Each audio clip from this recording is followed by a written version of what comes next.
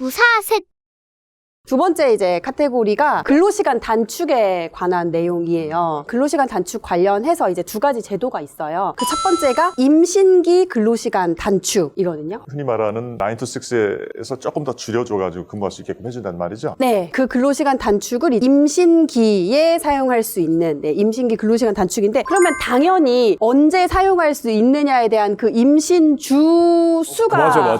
당연히 있겠죠. 그 기간이 확대가 됐습니다. 원래는 임신기 근로시간 단축은 12주 이내, 그러니까 임신하고 조금 초반, 그 다음에 36주 이후 막달이었는데, 이게 12주 이내는 똑같고 32주 이후로 확대가 됐어요. 임신 8개월 후. 네, 원래는 12, 36이었는데 12, 32가 된 거죠. 근데 그 12주 이내라는 것도 네. 사실은 극초기에는 임신 사실을 모르는 경우도 있을 수 있잖아요. 네. 그러면 임신이 되었다는 사실을 알고부터니까 실제적으로는 쓸 수 있는 거는 한 4주 정도? 그쵸, 그 정도. 뒷부분에서 또 많이 쓸 수 있겠네. 네. 그리고 사실 현실적으로 못 쓰는 경우도 되게 많아요. 임신기 근로시간 단축은 최대 2시간까지 할 수가 있거든요. 그러니까 하루에 8시간 근무하는 근로자라고 하면 6시간 근무하고 퇴근할 수 있어요. 그러면 사업주 입장에서 보면 2시간만큼 일을 덜 하는 거잖아요. 이에 대한 임금은 어떻게 해야 될까요? 근데 그거는 도의상 그냥 다 드려야 될 것 같은데. 도의사.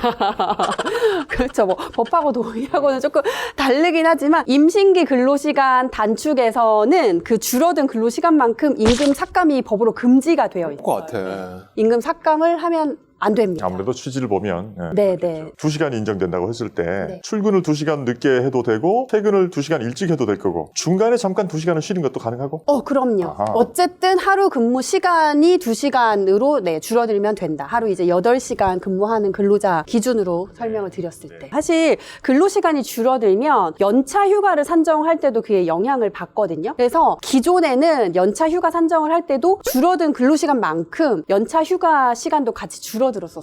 근데 이제 법 개정이 되면서 연차 휴가 기간 산정하는데 전혀 영향을 받지 않는 걸로 좋게 이제. 취지를 생각하면 당연한 방향이었던 것 같네요. 네. 많이 좋게 바뀌었네요. 그쵸. 왜냐하면 지금 이 출산율이 낮은 이 문제를 극복해야 되다 보니까 더 이렇게 많은 것들을 굉장히 많이 확대하고 지원해주고 이런 흐름으로 가고 있습니다. 그 다음에 이제 마지막이 육아기 근로시간 단축 제도라는 게 또 있습니다. 이거는 어떻게 개편이 됐냐? 원래는 육아기 근로시간 단축도 적용할 수 있는 자녀 나이가 육아휴직과 동일했었는데 그게 이제 확대가 됐어요. 12세, 초등학교 6학년까지로 확대가 돼서, 그러니까 근로자가 사용할 수 있는 기간이 남았냐, 뭐 남지 않았냐, 이것과 상관없이 어쨌든 자녀의 나이가 확대가 되면 기존에 이거를 안 쓰고 있었던 근로자가 또 사용할 수 있는 근로자가 많아지기 때문에 육아기 근로시간 단축도 사용을 할 수 있게 됐는데, 급여 이 측면에 있어서는 임신기 근로시간 단축하고는 조금 차이가 있어요. 육아기 근로시간 단축은 근로시간이 단축된 만큼 급여액도 깎는다.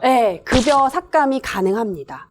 그리고 연차 휴가를 쓰는 데 있어서도 줄어든 시간 대비로 계산하게 되나요? 아니요. 연차 휴가는 동일하게 그것도 이제 법 개정 사항으로 바뀐 건데, 연차 휴가는 시간이 줄어들었지만 그게 연차 휴가 산정에 영향을 주지는 않는다. 애가 8살이 넘으면 전면적으로 휴직까지는 불가능하지만 그래도 아이한테 조금 더 신경을 쓰라는 차원에서 2시간씩 근무 시간을 단축하는 것까지는 이해를 해주겠다. 네. 그러나 그 줄인 만큼에 대해서는 급여를 지급하지 않겠다. 그렇게 결론이 나는 거죠? 네. 육아기 근로시간 단축은 분할해서 사용을 할 수 있지만, 내가 근로시간을 단축해서 사용할 수 있는 그 한도가 있을 거잖아요. 그게 얼마나 될 거예요? 1년? 1년. 한 2년? 2년. 기본이 1년이에요, 1년. 1년인데 아까 육아휴직이 기본 1년이었죠. 육아기 근로시간 단축도 1년이란 말이죠. 어떤 근로자를 예시로 들어볼게요. 각각 1년인데 어떤 근로자가 육아휴직을 10개월을 썼어요. 그러면 육아휴직 2개월이 남아있잖아요. 근데 육아기 근로시간 단축은 하나도 쓰지 않았어요. 이런 근로자 같은 경우에 법 개정 전에는 육아기 근로시간 단축을 1년 2개월을 쓸 수 있었어요. 아, 합쳐서 이렇게. 예, 예. 그러니까 1년 1년인데 약간 육아휴직과 육아기 근로시간 단축은 이렇게 같이 가는 제도라고 보시면 되고 세트처럼 보시면 되거든요. 합쳐서 2년이 되게끔 물론 육아휴직을 육아기 근로시간 단축 안 쓴 것만큼 땡겨서 할 수는 없어요. 예. 육아휴직은 최대 1년인데 육아기 근로시간 단축은 육아휴직에서 남은 기간만큼을 더해서 쓸 수 있었거든요. 근데 이게 어떻게 개정이 됐냐면 육아기 근로시간 단축을 육아휴직에서 남은 기간에 곱하기 2배만큼 쓸 수 있다로 개편이 됐어요. 이야. 나는 육아휴직까지는 필요 없고 육아휴직은 안 쓰겠다. 대신에 육아기 근로시간 단축으로만 다 쓰겠다 하는 근로자는 육아기 근로시간 단축을 총 3년을 쓸 수 있는 최대 거예요. 3년을 쓸 수 있구나. 저의 산수 능력이 여기까지만 감당 가능합니다. 더 이상은 얘기 안 나왔으면 좋겠다. 그쵸. 사실은 이거를 막 이렇게 저희처럼 일로서 다루지 않는 사람들은 복잡한 게 맞습니다. 네, 네. 우리 세무사님은 좀 딜레마가 있으시겠다. 예. 사모님과 아이를 가지고 이제 각종의 뭐 휴직 또 휴가, 근로시간 단축 같은 혜택을 받기 위해서는 그것이 굉장히 반가운데 또 본인의 직원들한테 또 그런 걸 보장해줘야 되는 입장에서는 좀 부담이 늘어나는 부분도 있겠다. 근데 저는 솔직히 말해서 출산과 육아는 마음이 좀 열려있긴 해요. 왜냐면 저희 어머니가 저 직장 다니시면서 저를 키우셨기 때문에 그 경험이 좀 있어서 좀 열려있어요. 저한테 모성보호 관련 제도가 바뀌면 특히 병의원 원장님들이 우리 이거 적용 어떻게 되냐, 뭐 기간이 늘어난다는데 맞냐, 막 미리 엄청 전화를 주시거든요. 왜냐하면 여성 근로자들이 많으시니까. 거의 대부분이다 보니까. 네. 병의원에 근무하는 근로자들이 90% 이상 여성이다 보니까 그런 질문들을 엄청 많이 주세요. 그래서 꼭 이제 그런 뭐 여성 근로자가 많은 사업장이 아니더라도 사실 모성보호 관련 제도는 뭔가 사업주가 잘 몰라서 그게 맞아?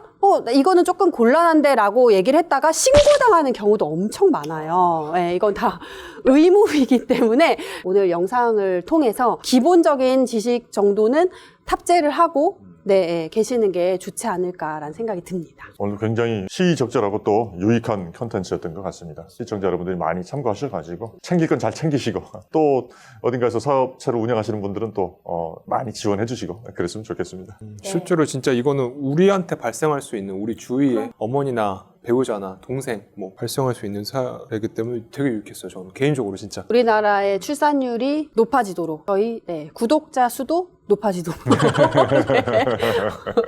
네, 많은 사랑 부탁드립니다. 자, 그럼 오늘 여기까지 할까요? 네, 지금까지 법무사 김청산, 노무사 아는지 세무사 전영진. 셋이 모여 무사 셋이었습니다. 무사셋